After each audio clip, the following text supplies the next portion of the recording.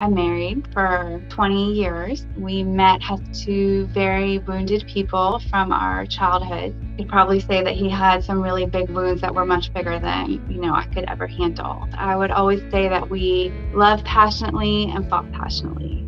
For me, he would always go into his trauma brain, I called it, and just kind of reenacting his childhood. While he imploded, I exploded.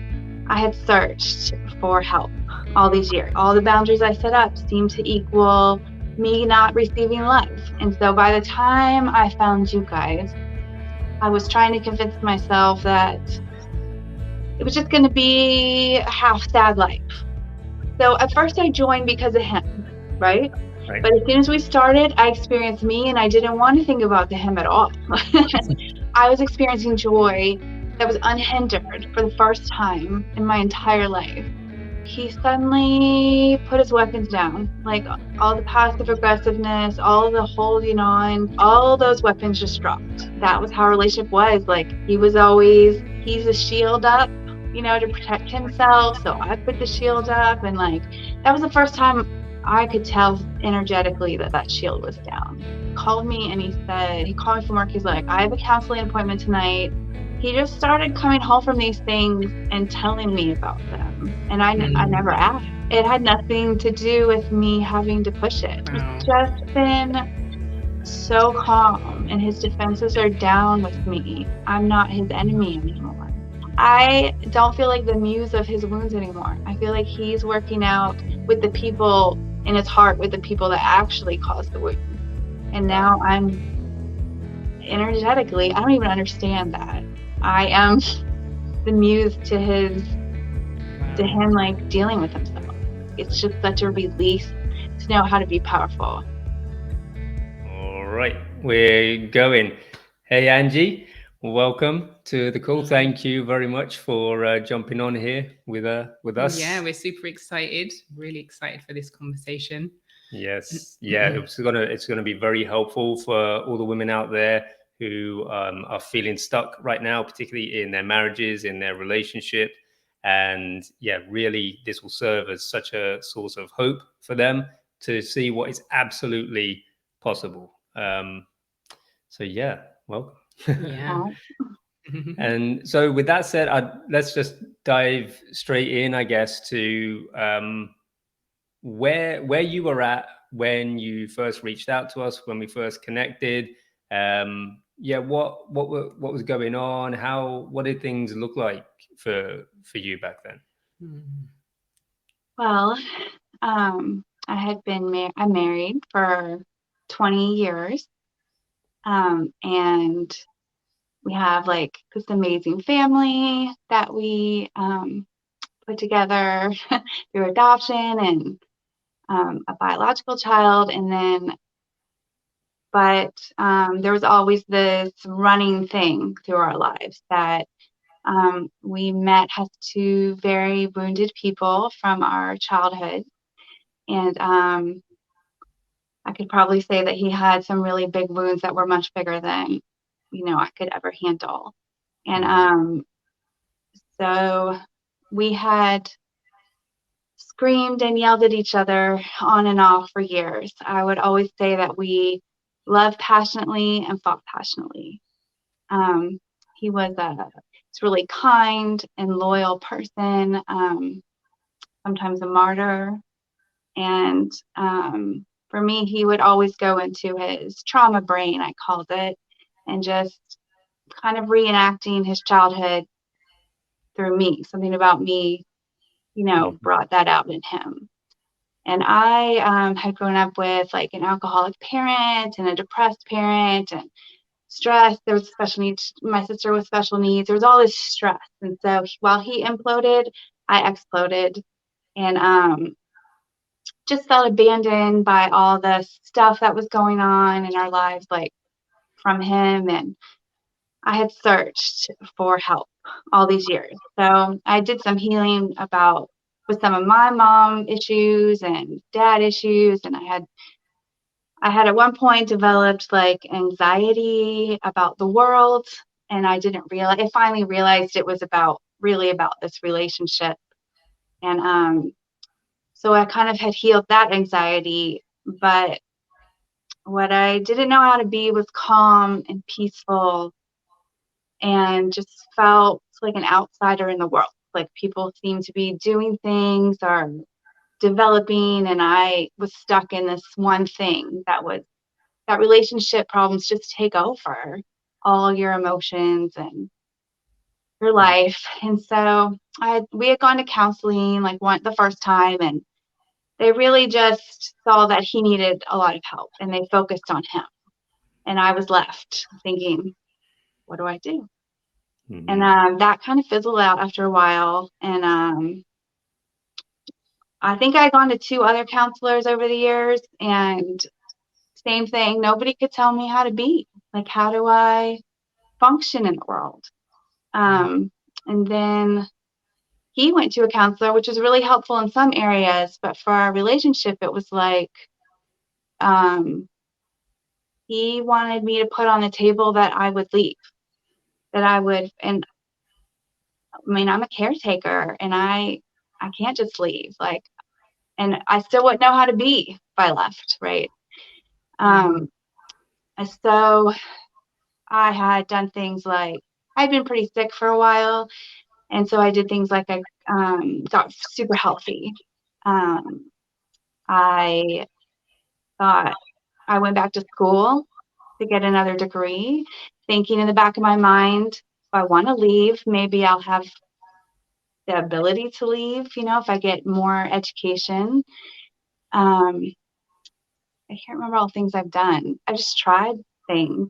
Yeah. Um, Let me ask you, Angela. yeah. I'm curious because it's such a big one, such a common one that when you went to the couples counseling and all the focus is on him, how did that go down in terms of, I'm gonna assume based on the fact that you still came to us that they didn't magically fix him and change him and then suddenly everything was great, right? Yeah. And I'm going to hazard a guess and say that he probably didn't make him feel empowered and great and suddenly stand up and Yeah. be present. How did that go for you? I think he really liked, one aspect he liked that people, I mean, he was desperate too for somebody to pour into his life and teach him how to be. And in one aspect, he liked that. But in another aspect, he just felt like, why are you focusing on me? What about her? So there was these 2 things. And I was just like, what about me? What do I do?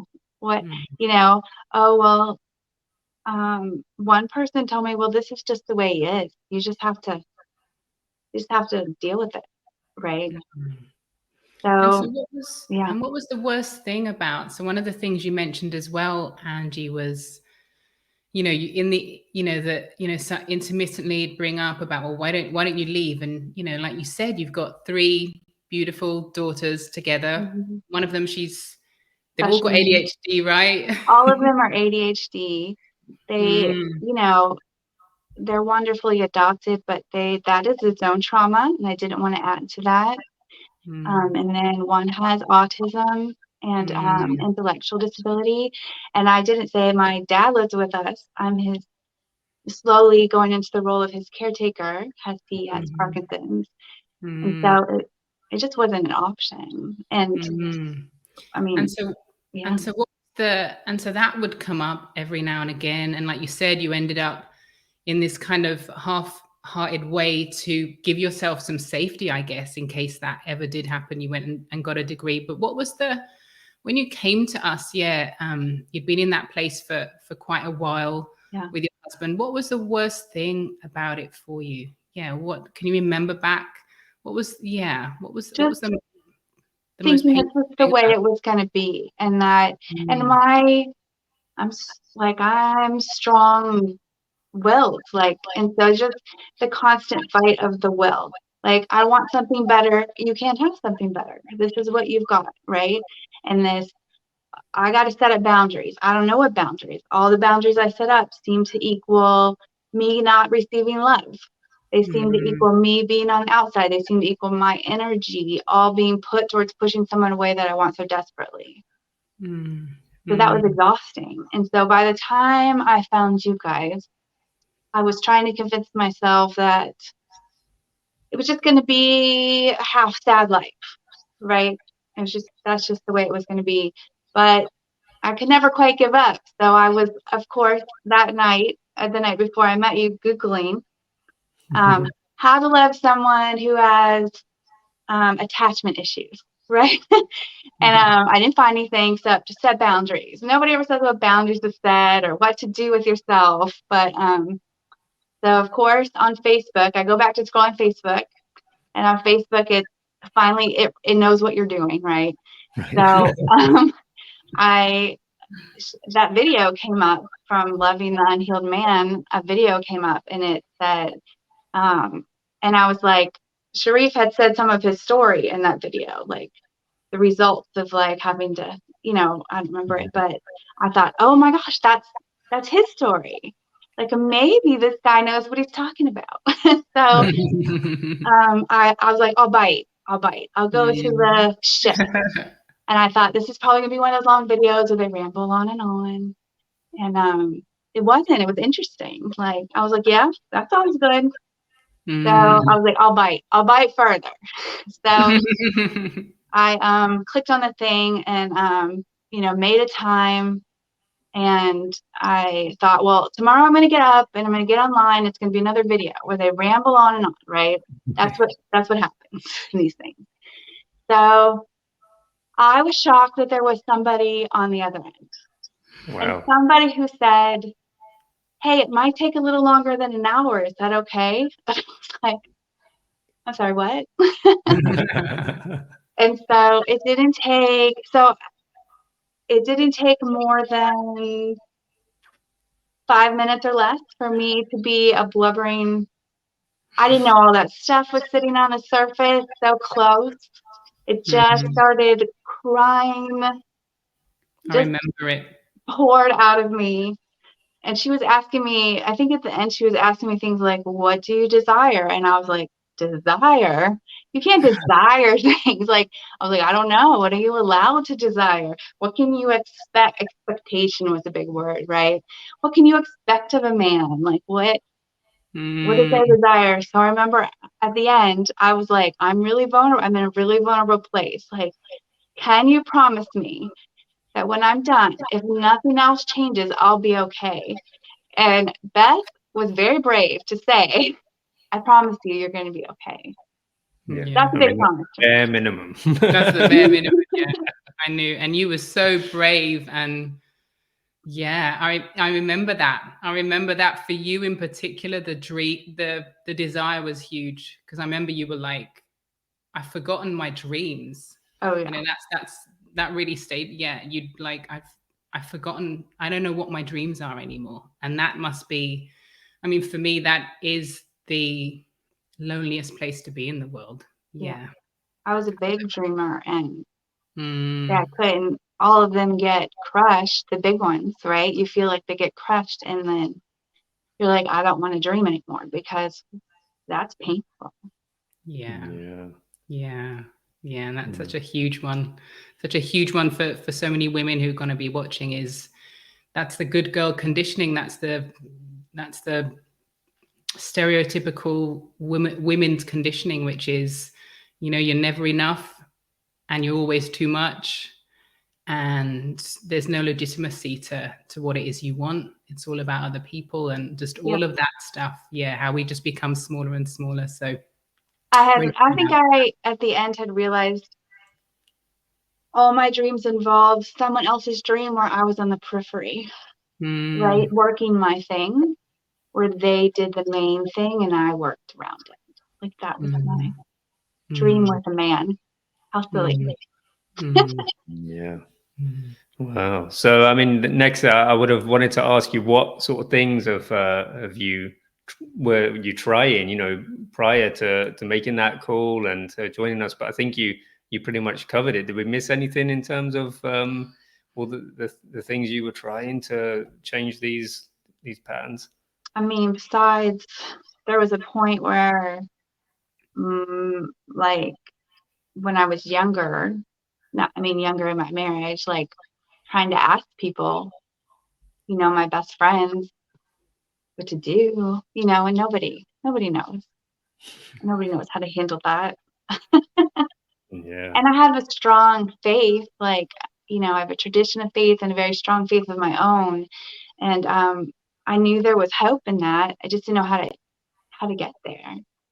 And I Yeah. like that you asked, like, you have to have a higher power for this. And I was like, check that box. Got it. That's the only Yes. way I'm going to do it. Right.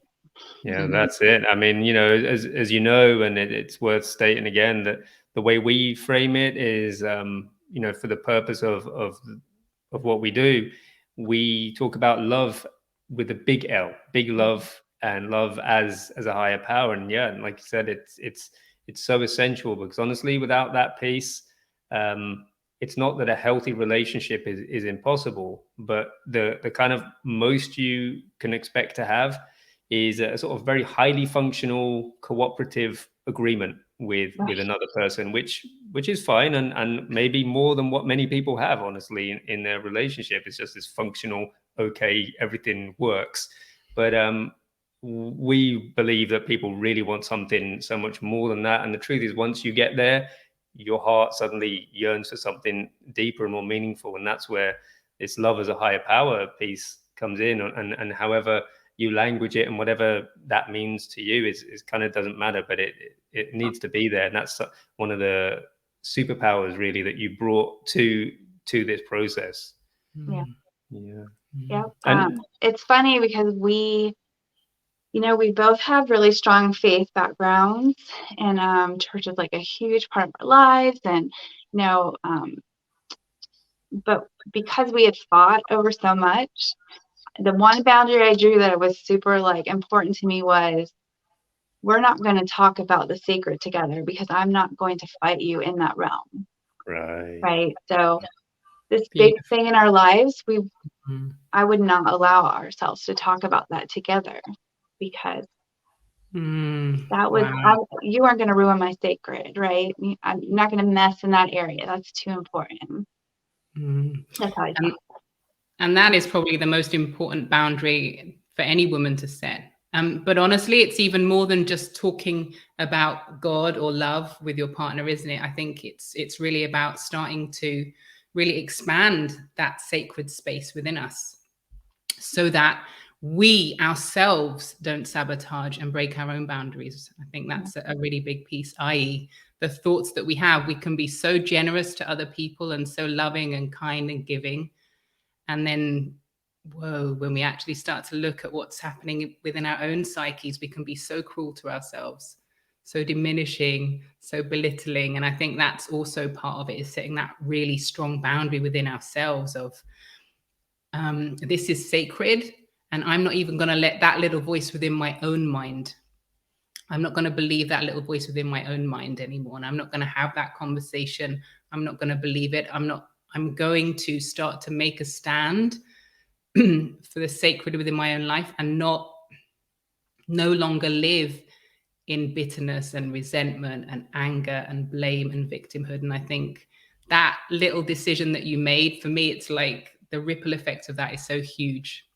Yeah. Yeah. That it's funny because I come from a line of people who, I mean, not a line, but definitely my dad, just the constant words of I'm not good enough. Like, he didn't say that to me, he said that about himself, right? And he is madly in love with God, like, but he cannot take in his heart that he's good enough. And those words have followed me, like like, yes, I believe this for everybody. I have no idea how to access it for myself. I have no idea how to believe the word. And just the constant, like, convincing myself, I really believed I was a failure at, like, when I would say you're not a failure to myself, I did not believe that at all. So yeah, sorry, I lost my train of thought, but the whole, like, healing part of that is that I had these sacred moments with the divine big L love, whatever language we use, but I'm shifting between two worlds, right? The big L love, like that relationship was mended, right? That I finally believe, I'm jumping ahead probably, but I finally believe that I'm not a failure. Like you can say that out loud and that my heart doesn't hurt. Or I had these moments with Big L Love, like that were very sacred. I guess in my language, you would say I went to the throne and I exchanged things. There was an exchange going on. Like there were a lot of things going on, but one big thing was an exchange. Like I exchanged sorrow for joy. I exchanged like I would just lean, maybe we call it lean into that stuff, but I would give it to him and say, change it, please, change it. Like so there was a lot of sacred things going on behind the scenes in those conversations with the divine.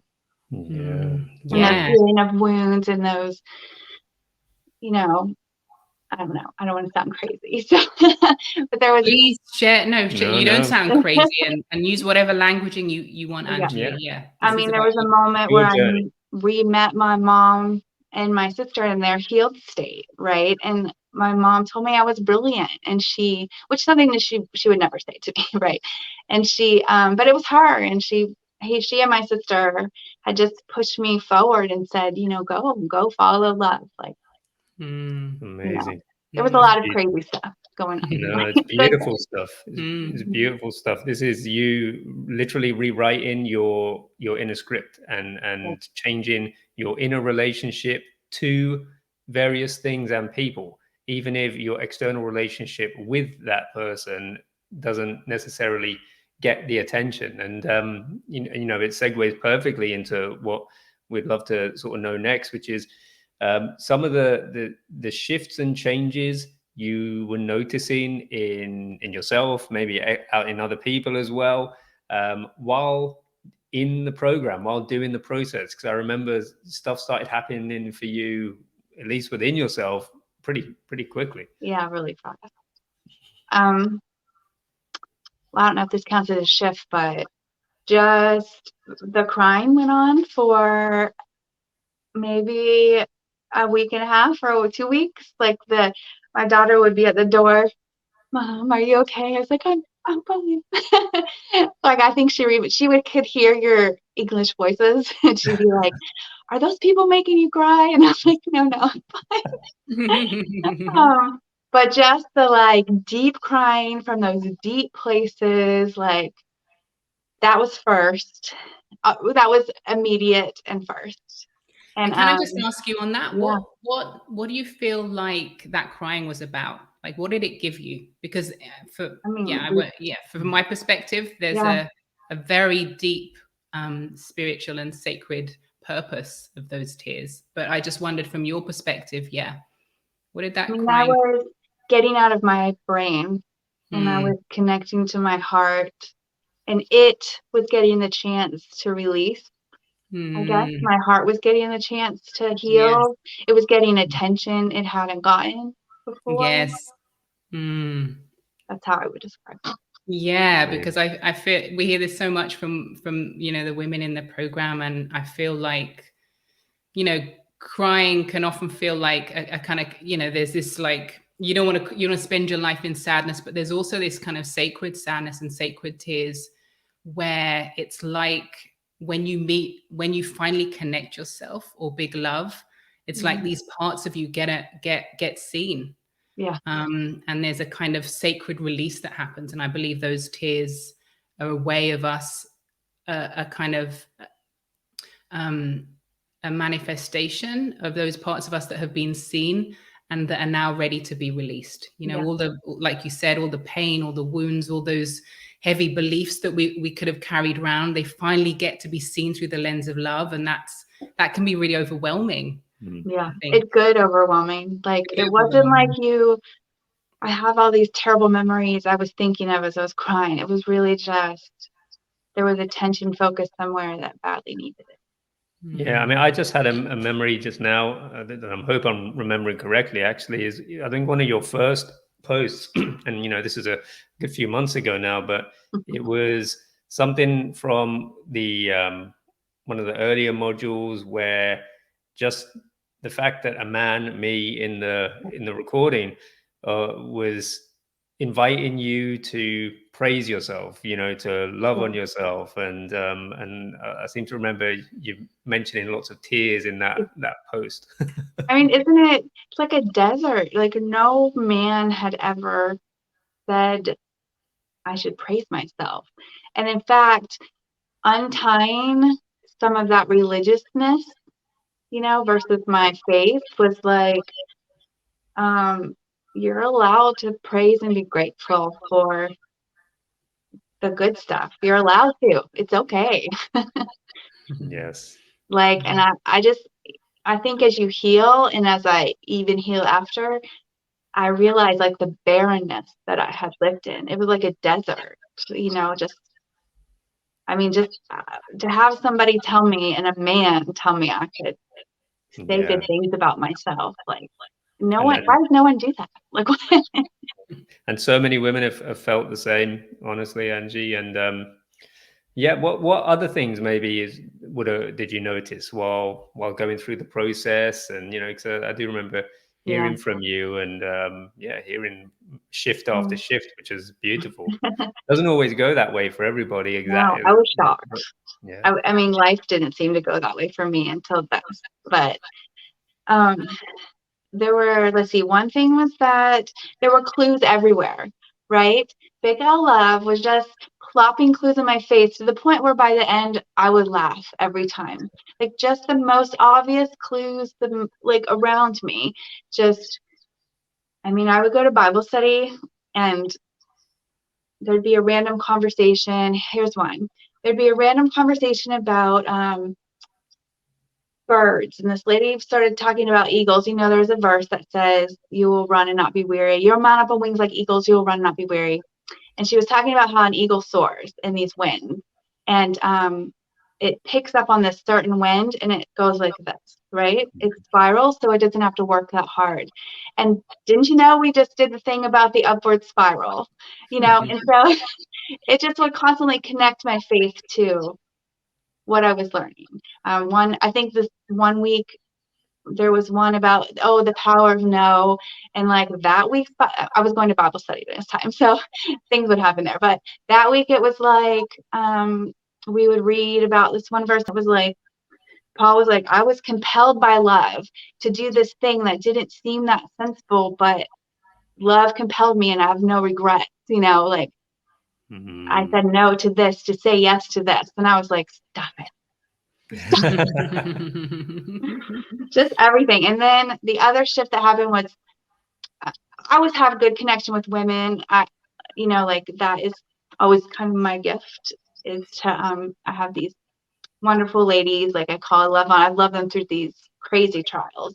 And but I would have these women in my life and they would just be like, man, you're really different. Like you're really like, love is just exuding out of you. Like I would constantly get these, wow, you're really different. Even the other day, I was having a conversation with a group of ladies and they're like, the change in you is, I remember you 2 years ago and now like you're a different person. And I was like, yeah.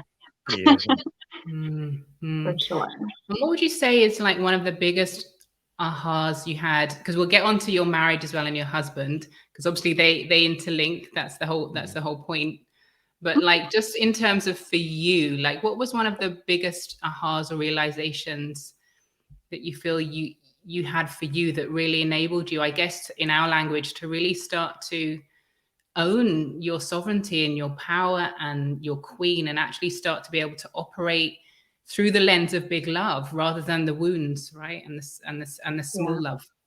I think when you taught me how to get on my head immediately, it was so powerful that I could take those trust steps to trust you that I was allowed to be queen and that I would feel that, right? Like it was so, I wanted my mind to be quiet for so long. And like to know I could hear things here, I could experience the world here. I would literally drive in my car and just smile and breathe and be so happy. Like I was experiencing joy that was unhindered for the first time in my entire life, right? Like that I would push forward and believe you.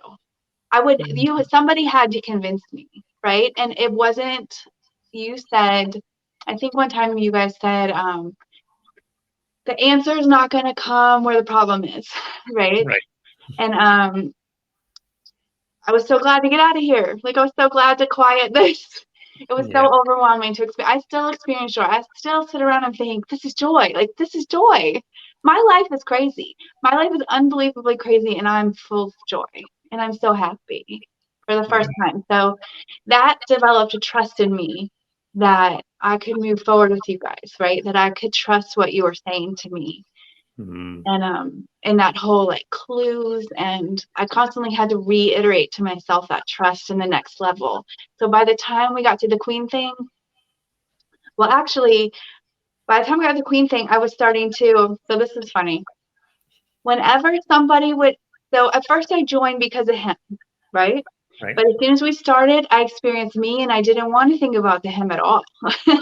Like, and so people would talk about the hymn sometimes in class, like in group.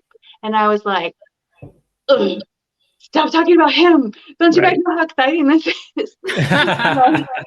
And I didn't want to talk about him. And towards the end, I was like starting to panic. I was like, I gotta lean into the him part. Like, I don't want to leave there.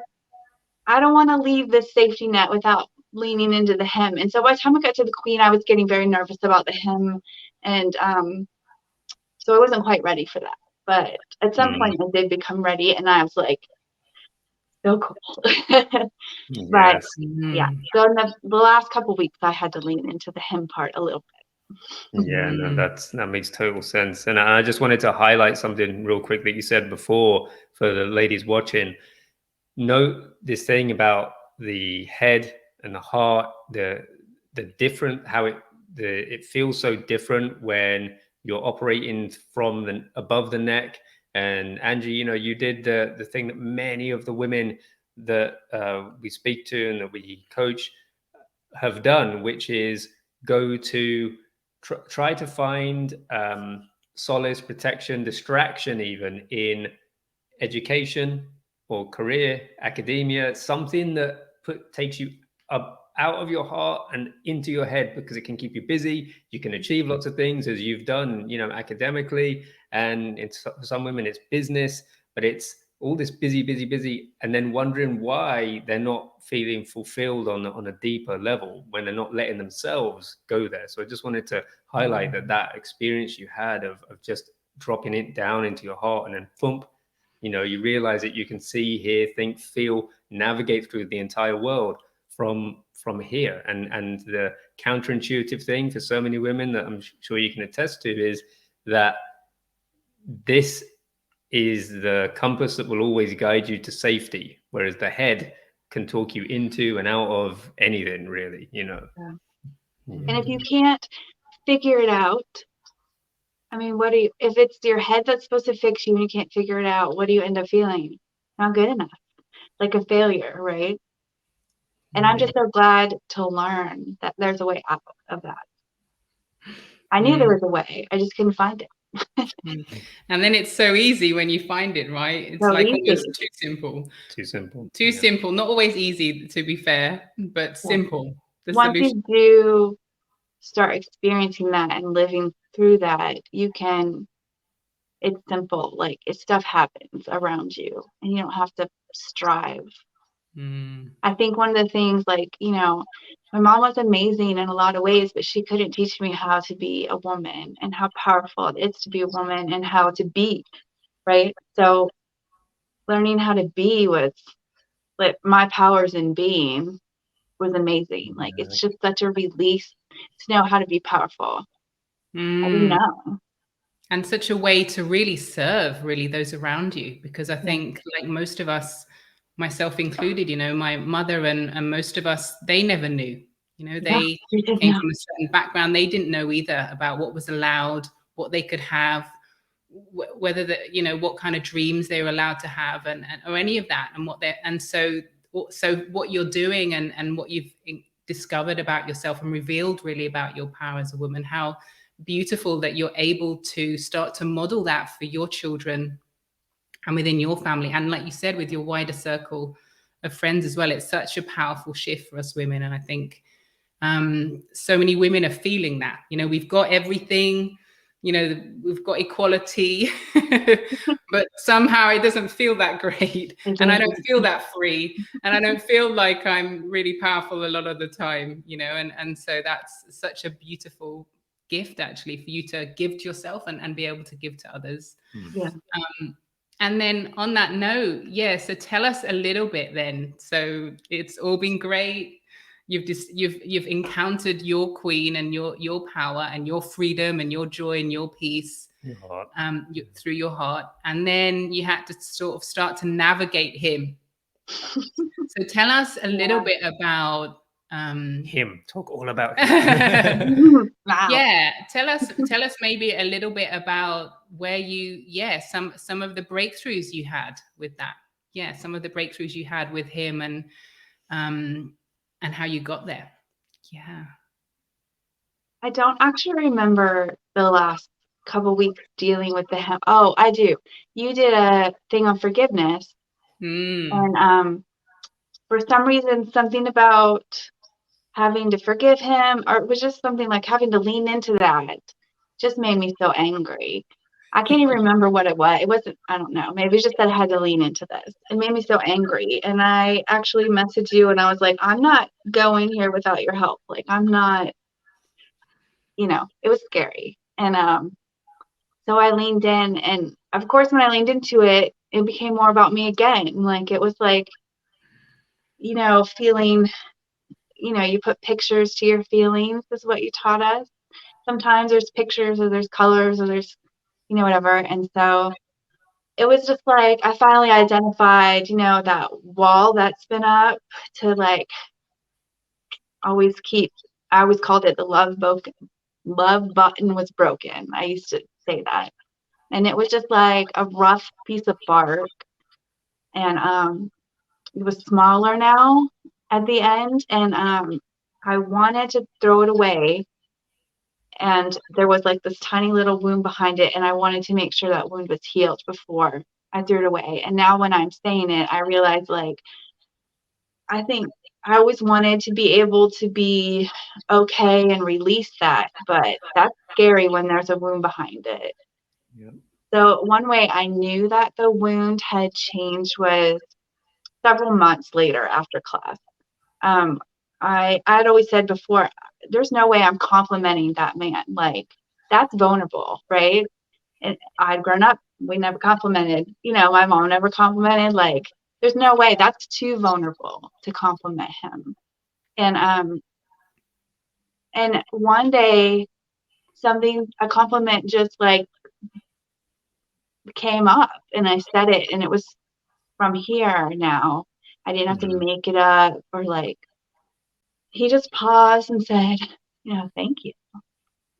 So I knew that think about it or force it out or make a reminder or we didn't tell you to do it. And no, it just came out. So that's how I kind of knew that wound was like kind of healed. I know there's always stuff to work on, but that thing was like, it wasn't painful. It didn't feel like I was going to be, like I was putting myself out there and was I going to get hurt? Like, it didn't feel like any of that. And how did it feel to have him just receive it as simply as he did? How was that to hear it come out, then have it land?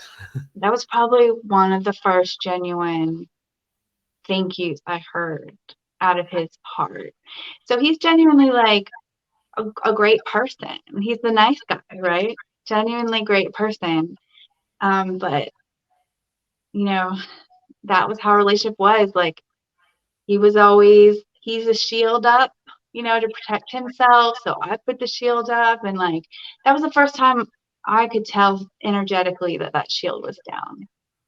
Well, and let me just put another distinction there for the ladies listening or watching, which is so many women have this experience of they read my post or something like that talks about sort of setting him up to win and, you know, not giving him a hard time and giving him space and all these things. And they're like, I do, and I praise him and I tell him he's awesome and he's awesome and he's awesome, and then they like, he's not being awesome yet. Well, it's not working, you know. And it's such a distinction between that versus what you just described there, which is it came spontaneously from you, you know, and surprised you as much as him.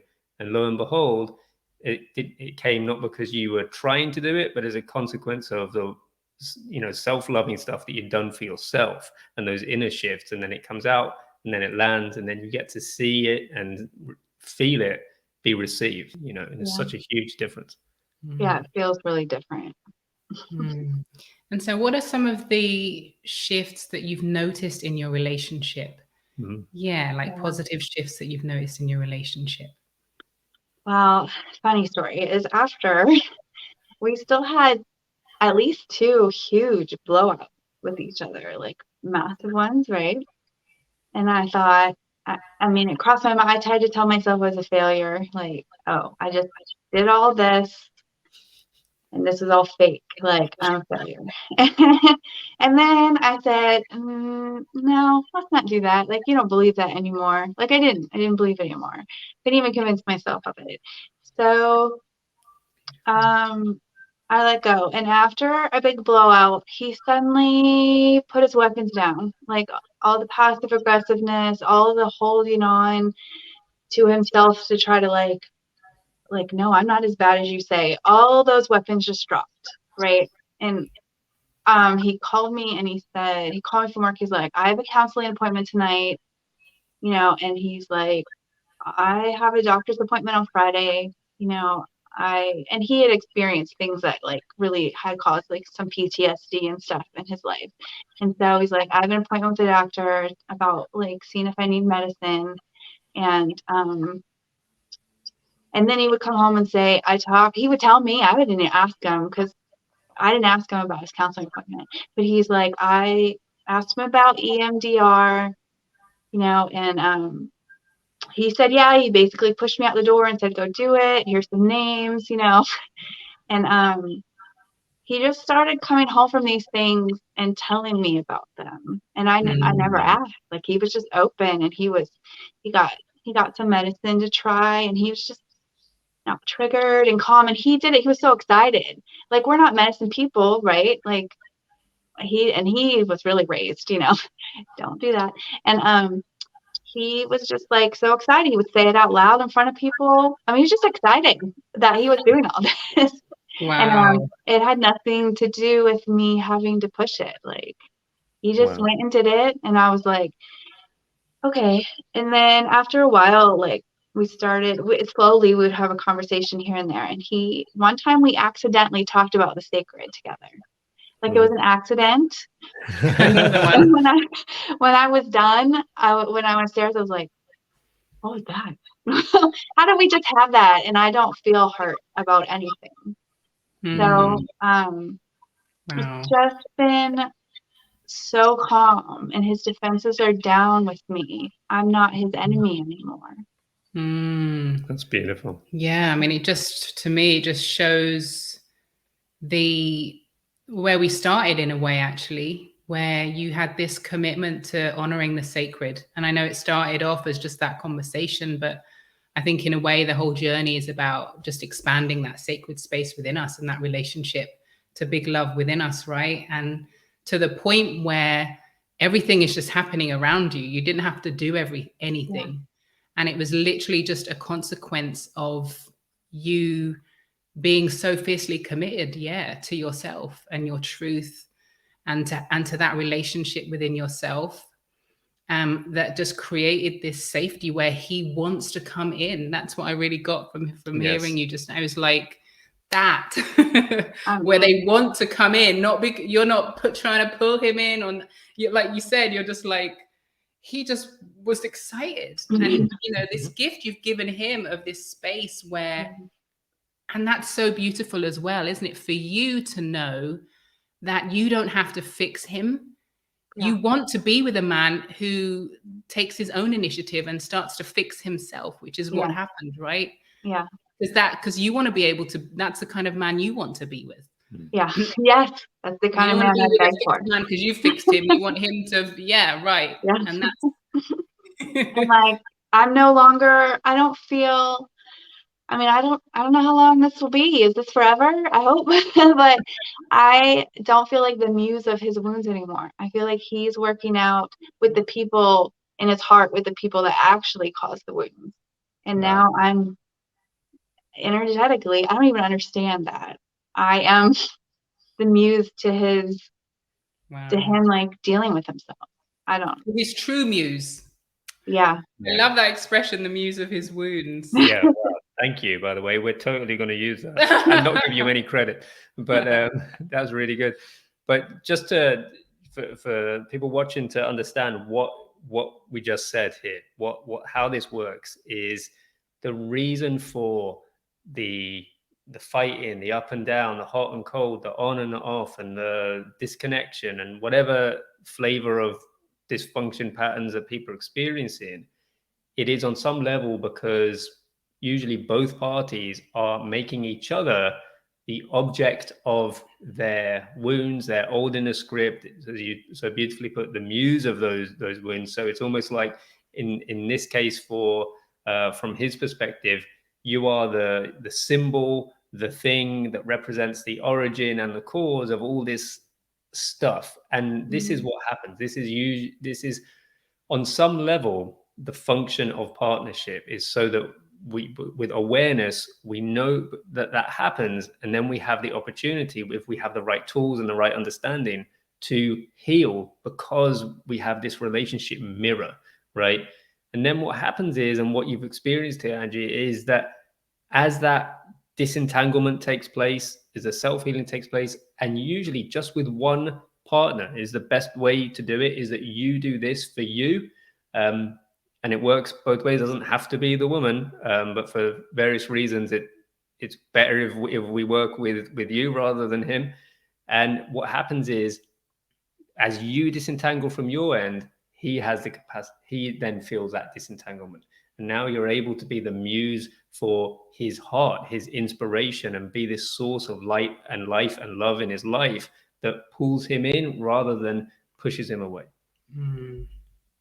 Okay. Just so you know. Oh, wow. Yeah, you definitely should write, Angela, because I remember even during the program, you'd these beautiful poetic phrases, you know, through your interactions actually with love, with God within yourself. You know, there's you're able to, and I can see why you've become his muse of his heart, because it's not hard to see. No, it's not at all, because you are able to access love within yourself now, and the wisdom, like you said, even when the old voices come back, and all of us do, we all stumble, we all make mistakes, but the point is that even when we're in that battle and that conflict, we're able to just go, I actually, like you said, I don't believe this. Yeah. And now you can tell the difference. Script. Yeah, you can tell the difference when your head is talking, when your heart is like one time I was annoyed with stuff that was going on around me at home, and I was doing the dishes, and my annoyance suddenly like went into my face, and it was like I was starting to think of how much I didn't like, how much annoyed I was with him. He wasn't there. He wasn't a part of any of it. And I thought, how funny that all my annoyance just makes me think of him, who's not anywhere near me. So you just learn to like, you learn this when this is like not right. It's nice. It's nice to know. And it's just this trust that, I don't know. It's just so nice to know that you can know the difference, that you can know what's powerful, that you can know what works, that if I don't feel in the right place, if I see things I'm doing, I know exactly what to do. Yes. And just so you know, us men know when that happens. Even if we're on the other side of the world, we're at work, we suddenly stop, everything goes still, the hairs on the back of our neck stand up, and we're like, uh-oh, I'm in trouble. You can feel it. And it's always worth asking, you know, so many women who have gone through this process experience not just shifts in him and themselves, of course, but in other aspects of their life and their family or other relationships. So it's always worth asking. I just want to throw it out there. What maybe have you noticed shift outside of that because of these inner shifts that you've had?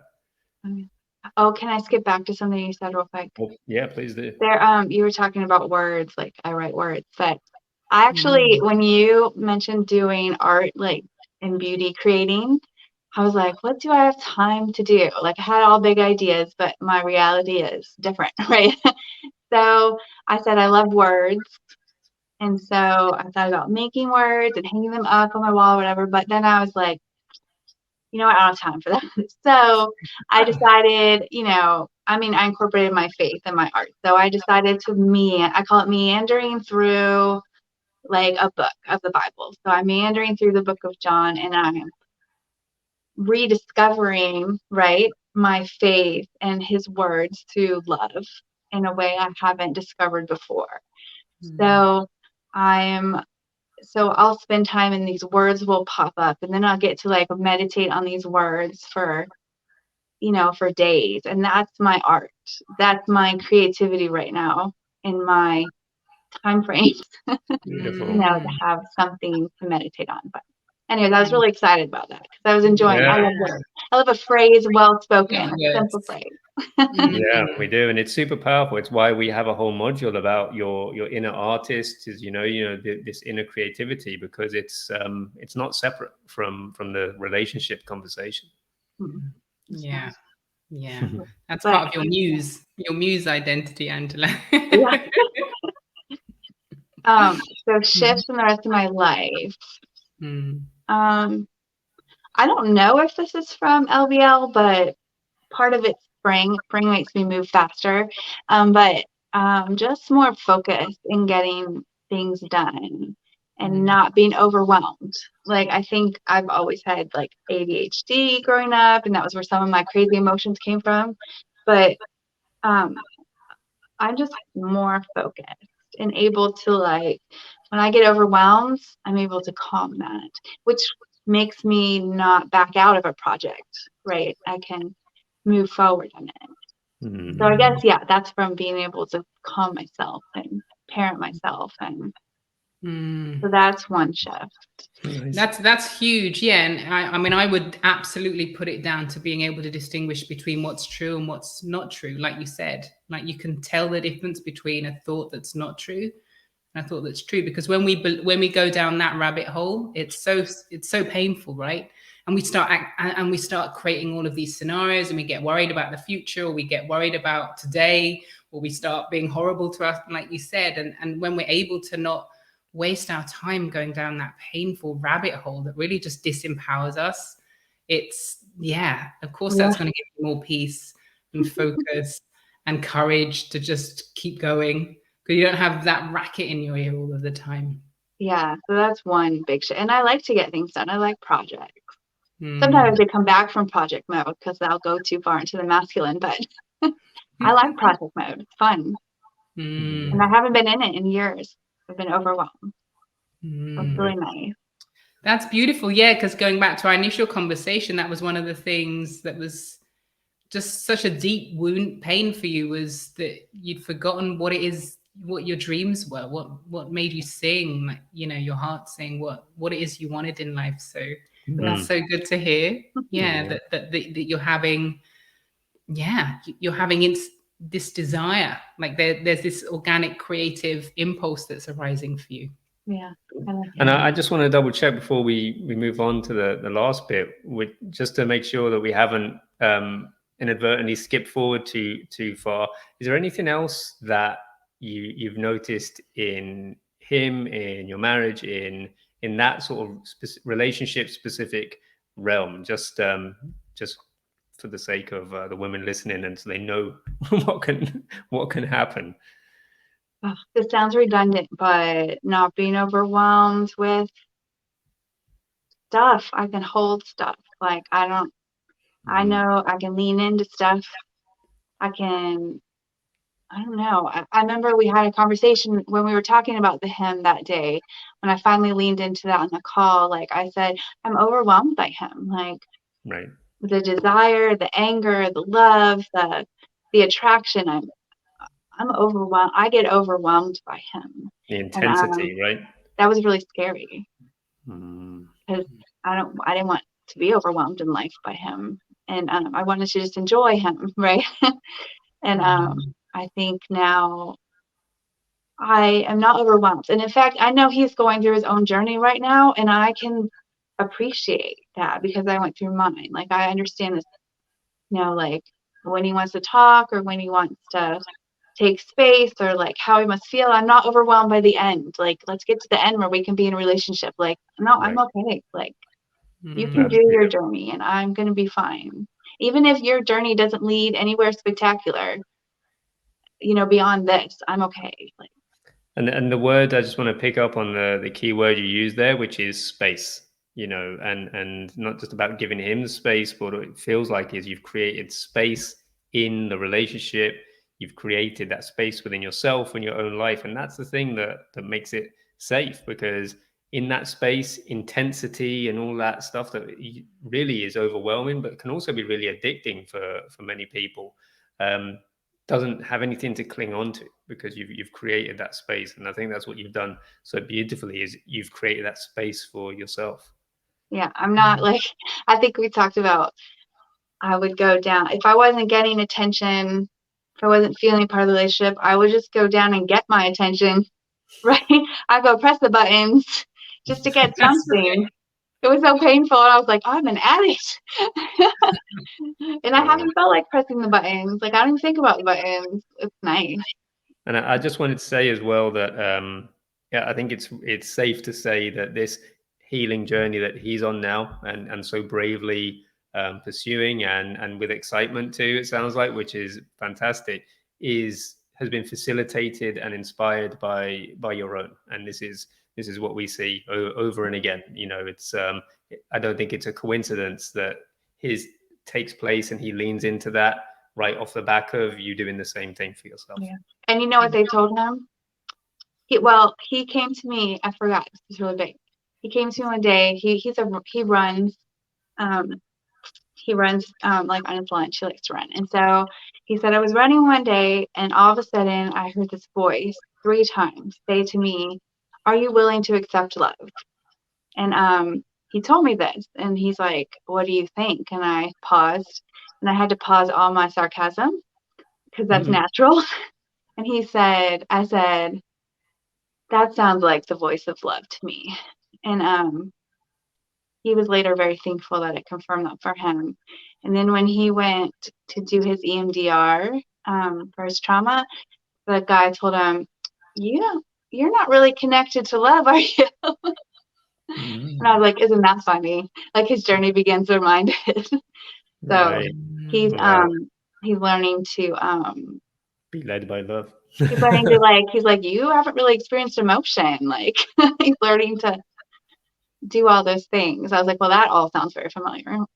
Yeah. And this is the thing, in relationship is where there's some kind of where the emotional intimacy and the emotional connection is broken or isn't working in some way. That's really the realm of what we call the feminine, and that's really where, when we talk about the queen, the reason that archetype really is so powerful and we all understand it intuitively is it's that realm of feminine leadership, and so in the relationship, I think a lot of women, what they don't really appreciate is that as the feminine essence being in that partnership, that's really our realm.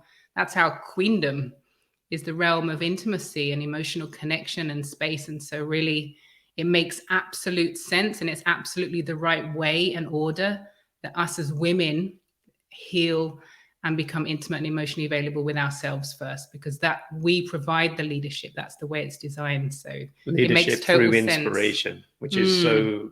Mhm. I mean, we could do a whole thing on that, but yeah, it's just it's what you've done so beautifully. Yeah. Yes. And now I'm thinking about like the desire thing came up, and right before that came up, I was thinking about like it would go in the back of my mind sometimes, like, what will be next? Like, but I could ask what will be next without being overwhelmed with what will be next, which is so important all the time. I didn't realize how much, what would be next was overwhelming. So anyways, because I was thinking I was this desert. The more you heal, the more you see what a desert you are. And then you're experiencing like all this water into this desert. And then I was like, well, that becomes a oasis, right?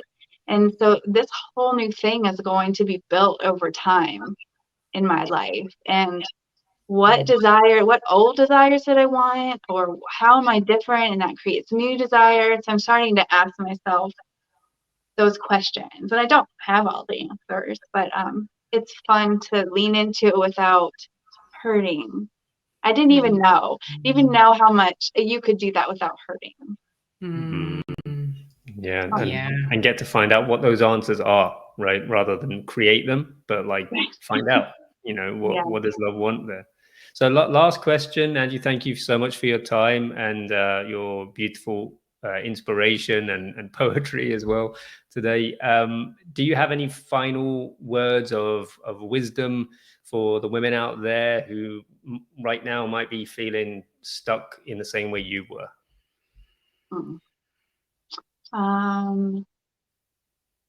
Well, I mean, push. I just, before I found you, I just didn't stop searching for answers. Like, and I found it here. I don't know if there's other places, but this is where I found it. And once you start, like, let that connection happen and be really big. Like, let that mind calm and breathe into the heart. Like, make that the biggest project, because from that, all the stuff flows. And then, like, my time, I took these 8 weeks out, like, I really sacred them, but life pushed in the last few weeks, and that was really hard. And I remember, I think you guys kept reminding us, like, don't let your perfectionism, stop you. Do what you can. So the first 4 weeks, I could get away, go to this sacred space. I could, like, dive in, I could do everything perfect. But the last 4 weeks, I couldn't. It just wasn't a possibility. And I had to tell myself, it's not going to look as perfect as it did, but you have to finish this. You have to keep going. And so it still works itself out, even when you can't find that perfect spot. Yeah. And the whole, like, as you get clues that this is working, just push into that trust every step of the way. Because, I mean, the more you realize you're trusting this process, the more you can just relax and actually believe what it's saying. And that is from a person who comes from a very conservative faith background. Like, I am believing people that don't come. I mean, I have to say this, it's kids or people like me, but I come from that conservative place, and that, truth is really important to me. And so all along the way, I kept seeing that, like, all truth is Big L loves, or God's truth. And so, I could really trust that. I think maybe there was one thing in one meditation that didn't match, but it wasn't a thing that mattered that much. Like, it wasn't. It just didn't fit. Right. So for me, that was really big, to be able to trust you, because I mean, in my earlier life, I've been raised to never trust anybody. When it didn't come from my faith background. Wow, that's super interesting to hear. We're so kind of open that we forget that some people have a kind of conditioning or feeling that they have got to get their source of wisdom from only one place, only one person, only one book, or whatever it is. And we're so encompassing of everything, really. But it's really, I just want to commend your bravery and thank you for that trust. It's a part of my attempt to be daily mindset practice. Is usually every other day. There's a part in there for me personally that is to be grateful for the trust that you and the other women put into us, and to really set the intention to show up for that and honor that in properly. And so to hear you say that is extra beautiful for us. And so thank you. Yeah. And such words of wisdom. I mean, you are such a wisdom keeper. I mean, I won't ask how old you are because you look so young. And I'm over 40. You look so young, and you've got 3 children, and you know you're like, so you've got like you said, a master's degree. I don't know how you do it all, Angela, and look so young, and have so much wisdom. Yeah, but it's I mean, even what you just shared, you know, that really is, that's such a huge key. And you know, I would call it this path of self-celebration, which is, in your words, you know, you see the clues and you just lean into that and keep trusting. You see the clues and that's really the path. That is such a crucial part, and what so many women don't value enough, honestly, because it's that's where we get into never celebrating ourselves. Never really. And when we don't do that, we don't actually know what it feels like to be in that energetic stream of feeling good and feeling better and feeling wonderful and giving ourselves, and then starting to see, like you said, you start to actually see all of the good stuff that's coming in. Because it's like that, isn't it? You kind of, you come in and it's like it's like, this is all the bad stuff happening. Right. And then slowly, it's like, well, the bad stuff's happening and the good stuff's happening. But I've just been looking here, and actually, I don't need to. I can actually have a choice. Right. I can actually spend my life over here. Yeah. Looking and you don't have to strive to do it. Like, once you connect to love, it doesn't take much striving. Like, that's it's it. nice. So beautifully put, Angie. And again, thank you so much for your time and your wisdom. We could unpack. You've said so many golden nuggets that I don't even know if all the women will pick up on it, and we don't have time to unpack all of it. But you every other word is almost a huge truth bomb, mic drop. You know. So thank you so much for that. Thank you. It was great. Best thing I've ever done. There was life before and life after. Best thing I've ever done. Wow. Thank you. Thank you to us. Thank you so much. All right. Thank you, Angie. Thank you, everybody, for your time and attention. And I hope this has been a source of inspiration for you.